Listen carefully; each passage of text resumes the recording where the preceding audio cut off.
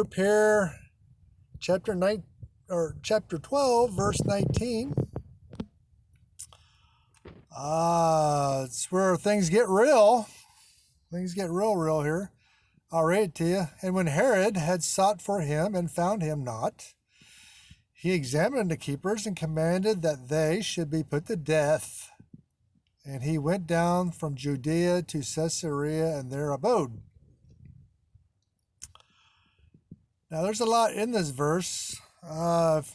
Just to do a little review of the chapter 12, there was a drought in Israel. People were getting upset. King Herod Agrippa decided to take it out on the Christians as the scapegoat. He had James killed, Peter imprisoned. The Christians praying in the house of Mary prayed for Peter. God honored their prayer, sent an angel to the jail, to prison, and freed Peter supernaturally with an angel. Peter followed the angel out. The guards were put to sleep by the angel. And Peter walked out, went to the house of Mary, showed himself to the Christians there, and left them, disappeared to protect them, and hid out in Jerusalem somewhere. We don't know the precise location he hid out. We're thinking, I don't know if Luke, the author of the story, heard the story from someone else, or he stayed in the house of Mary, or he went with Peter and did not reveal the location. We don't know.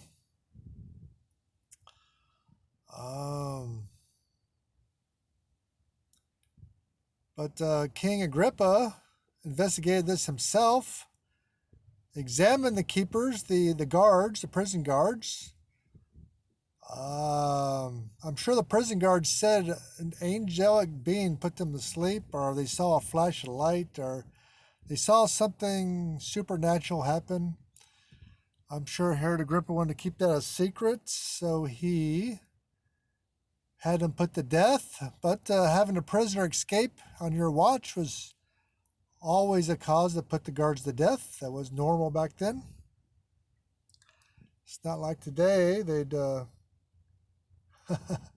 give you 3 days off without pay and, do a bunch of paperwork. Nope, they just put you to death right away back in those days, and so that was pretty normal. And it says here at the end, if you notice, it says, and he went down from Judea to Caesarea and there abode. Now, in my Aramaic, George Lambsa's Aramaic translation, he says that Simon Peter went to Caesarea to live. It says Simon Peter did. That's George Lambsa's translation. Now, the King James infers that it was Herod Agrippa that went down to Caesarea to live. And Josephus verifies that.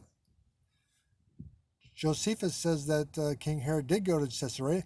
And for the king of Israel or Judea to go to Caesarea was very common back then, because Caesarea is on the seashore. And it was cooler in the summertime.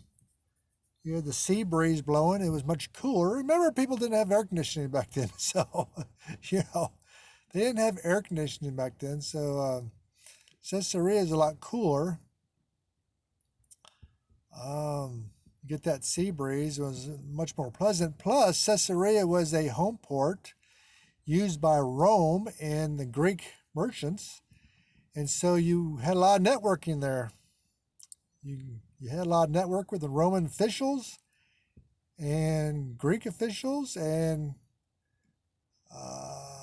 as we know from the book of Acts previously, Romans kept a guard there. They had They kept a Roman garrison there, so they had protection.